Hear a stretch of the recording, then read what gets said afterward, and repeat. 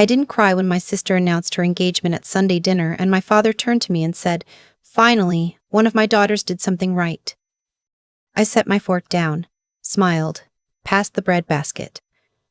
And that night, when I got home to my apartment, I sat in the dark for a long time thinking about the past 4 years and everything I had quietly built and quietly given away. My name is not important. What matters is what happened at my sister's engagement party 3 months later and what I did the morning after. But to understand that, you need to understand how we got there. I'm 31. I'm an architect. I run my own small firm, 3 employees, good clients, a reputation I built from scratch, starting at 26 with a $40,000 SBA loan I paid back in 18 months. Nobody in my family knows any of that. They know I do something with buildings. They've never asked more than that. My father is a man who measures love in appearances, not affection, not presence, appearances. The right car in the driveway, the right zip code, the right son-in-law at the right dinner table. He grew up with nothing, built a decent middle-class life selling commercial real estate in the suburbs of Charlotte, and then spent the next 30 years making sure everyone around him reflected the version of success he'd decided was worth having. My younger sister. I'll call her the golden one because that's what she's always been. Graduated with a communications degree, got a job at a PR firm, and promptly married a man named Fletcher who wore khakis to every occasion and spoke exclusively in sports metaphors. My father loved Fletcher immediately and unconditionally in the way he had never loved me. My mother passed when I was 22 and my sister was 19. After that, something shifted in my father's house. The warmth that had existed, the small, ordinary warmth of a family that mostly got along, went with her. What was left was my father's preferences, applied without softening. I was the one who stayed close after Mom died. I drove 40 minutes every other weekend to have dinner with my father. I helped him when the furnace broke in 2021, and he didn't know who to call. I was the one on the phone with his accountant when he got flagged for a filing error, not because he asked, but because I found out through his neighbor and I drove over and handled it. None of that registered. Not once, not in the way that mattered. What registered was that I wasn't married. What registered was that I lived alone. What registered was that I drove a practical car and didn't wear jewelry and talked about load-bearing walls at dinner when I was excited about a project, which apparently made me difficult to be around. Fletcher, on the other hand, talked about the Panthers' draft picks, and that made my father feel like a young man again. So Fletcher was in, and I was somewhere at the edge of the frame. Here's the part I haven't told anyone. When my sister got engaged, she and Fletcher were not in a good place financially. She texted me about it in March, 7 months before the engagement party, in the kind of casual way that meant she'd already decided I was going to help and was just notifying me. They'd overextended on a house they couldn't afford in a suburb of Charlotte. Fletcher had been passed over for a promotion, and their credit card debt had grown to something she described as kind of embarrassing. I helped. Of course I helped. I'm not going to pretend I'm a saint. Part of me helped because I wanted to be needed. Part of me helped because my mother would have. And part of me helped because I had the money, and they were family, and it felt like the right thing to do.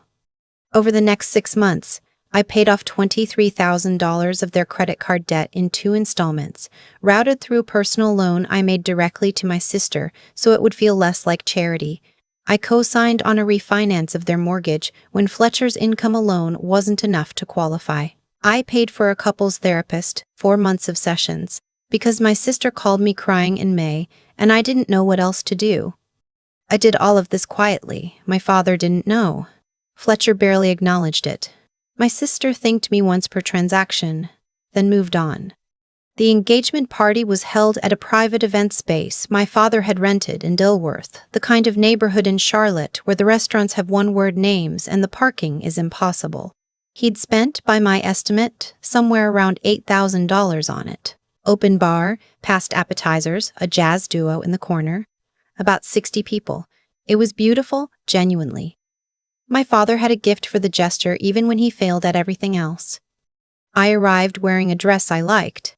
It was a good dress, deep green, fitted, not flashy. I'd done my hair. I was not, as someone would later imply, underdressed. I was dressed like a woman who respects herself but isn't performing for anyone, which in that room apparently read as suspicious.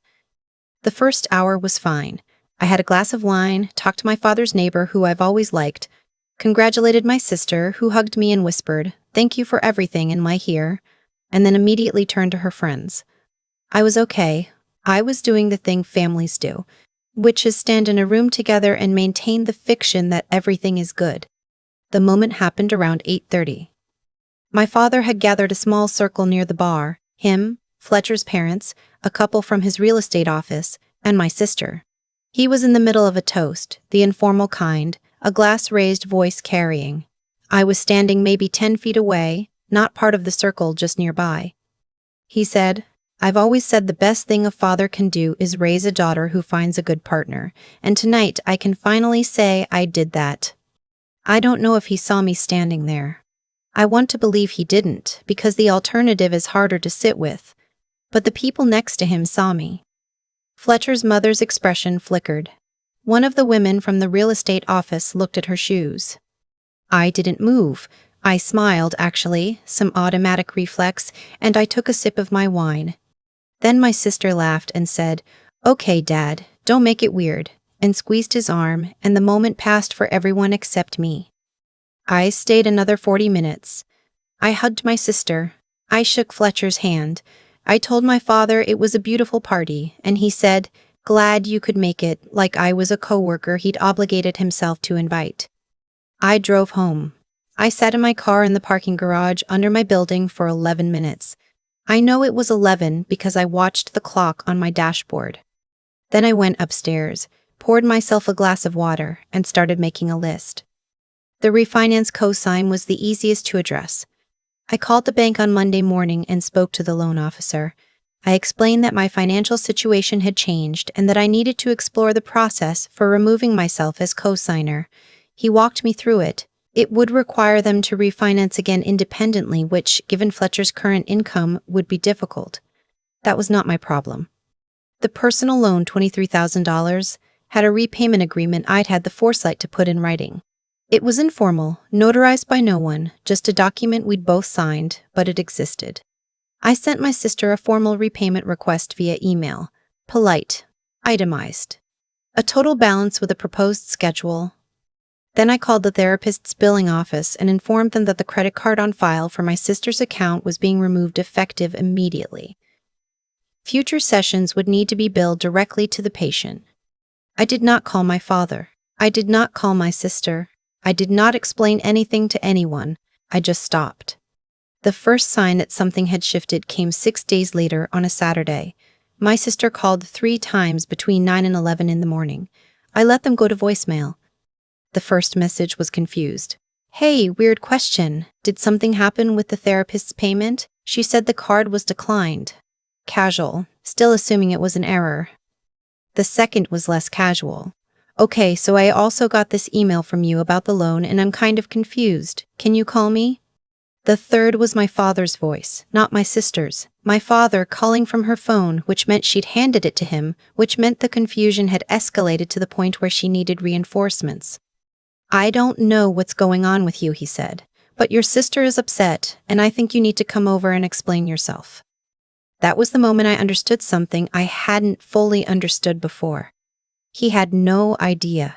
He genuinely, completely had no idea that I had been the architecture of the financial stability his golden family had been standing on. To him, my sister and Fletcher were doing fine because people like them did fine, and I was the one who needed to explain herself. I texted back, "I'll come by on Sunday." On Sunday, I brought the loan document. I brought my bank statements showing the 2 transfers. I brought the credit card statements showing the therapist charges. I laid them on my father's kitchen table like a contractor presenting a final invoice. My father sat across from me. My sister stood near the refrigerator with her arms crossed. Fletcher was not there, which was cowardly, but also a relief. "I've been supporting them for the past 7 months, I said. "This is what that looked like." My father looked at the papers. He picked up the bank statement. He put it down. "Why didn't you say anything?" he asked. I wanted to see if anyone would notice, I said. Which was true and also wasn't. Nobody did. My sister said, "This isn't fair. We didn't ask you to do any of this the way you're framing it." "You texted me in March saying you needed help," I said. "I helped. I'm not doing it anymore." "Because of a toast," she said, and her voice cracked a little. "You're doing this because of what Dad said at the party." "I'm doing this because I've been here for 4 years," I said, "and I don't exist in this family until you need something." My father was quiet for a long time. He had the expression of a man recalculating something, and I could not tell if it was his understanding of me or just the numbers. "The cosign," he said finally. "If you pull out of the cosign, they could lose the house." "They could," I said. "That's why I'd encourage them to speak to a mortgage broker as soon as possible." He looked at me like I was a stranger, and I realized that in some important way I was. He had never bothered to know the person sitting across from him, so of course she looked unfamiliar. I drove home. I felt something I can only describe as altitude, that thin, clear feeling of being somewhere high up where the air is different. The refinance situation resolved itself, but not easily. Fletcher's parents stepped in and co-signed themselves, which was actually the right outcome. They should have been involved from the beginning. I removed myself from the loan in March. My sister and I did not speak for 7 weeks. During that 7 weeks, I finished a commercial renovation project in Plaza Midwood that I'd been working on for 8 months. The client was a woman who was opening her second restaurant, and when we did the walkthrough on the final day, she stood in the middle of the dining room with her hands over her mouth and then turned around and hugged me. I went back to my car and cried, but the good kind. The kind that means something went right. My father called me 4 weeks into the silence. Not to apologize exactly, he's not built for exact apologies. But he said, "I've been thinking about what you showed me." He said, "I didn't know you were doing that." He said, "I didn't know you were doing that." He said, "I should have known more about what you were doing." That's as close as he gets. I've made peace with that. I called my sister the following Sunday. We talked for 40 minutes. It was hard and uncomfortable, and we both cried a little and didn't resolve everything but agreed to try. She hasn't paid back any of the loan, and honestly, I don't expect her to. That part was less about the money than it was about being seen. What I know now that I didn't know 4 years ago, being the one who quietly holds things together, is only worth something if you let people see you doing it. Not to show off, not to collect credit, but because invisibility, even when it's self-imposed, becomes a prison eventually. You think you're being noble, you think you're being strong, and then you're standing 10 feet away from a toast that excludes you, and you realize that silence has its own cost. I didn't blow anything up. I didn't humiliate anyone. I didn't need to. I just stopped pretending I wasn't there. That was enough. It turned out that was more than enough. The view from where I'm standing now, my own firm, my own life, my own name on the door, is the clearest it's ever been. And for the first time in a long time, nobody is standing in front of it. There's a particular kind of exhaustion that comes not from working too hard, but from being invisible for too long. I know that now. I didn't know it when I was driving 40 minutes every other weekend to have dinner with my father, or when I was routing $23,000 through a personal loan so my sister wouldn't feel like a charity case, or when I was calling the therapist's billing office to make sure her sessions were covered. I thought I was being good. I thought that's what good people did. They showed up quietly and they held things together and they didn't make it about themselves. What I didn't understand is that quiet has consequences, not moral ones, not the kind where the universe keeps score and eventually hands you a receipt, just practical ones. When you do things in silence, people build their lives around your silence. They start to assume it. They stop wondering where the floor came from because the floor has always been there. And you become not a person, but a condition, like good weather, like a working furnace, appreciated by no one because noticed by no one. My father's toast didn't break me. I want to be clear about that. It clarified something that had been forming for a long time, the way cold clarifies a liquid. Suddenly you can see exactly what it's made of. What I saw was that I had spent 4 years being generous without being honest. I was giving without letting anyone know what giving cost me. And there's a version of that which looks like selflessness, but is actually a kind of cowardice. I was afraid that if I said, "This is what I'm doing for you," they would love me for the money and not for me. So I said nothing, and they didn't love me for anything at all. That's the thing about integrity, the real kind, not the performative kind. It requires you to be seen doing it, not for applause, but because relationships built on hidden foundations don't actually hold anyone up. They just delay the collapse. When I laid those bank statements on my father's kitchen table, I wasn't punishing anyone.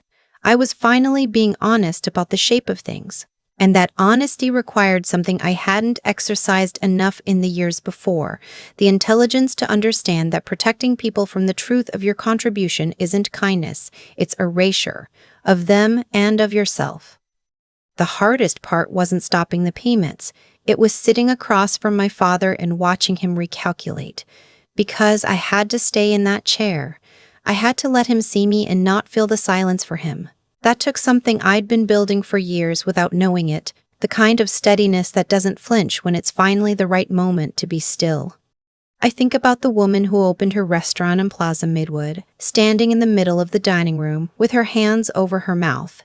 I built that room, she knew it and I knew it, and that was enough. That moment reminded me what it feels like when your work lands exactly where it was meant to.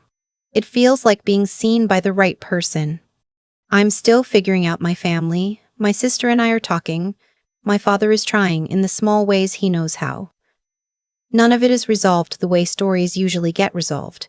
But I'm not holding anything up anymore that I'm not willing to hold. And the things I do carry now, I carry them in the open, where the weight is real and the people around me can actually see what it means that I'm here.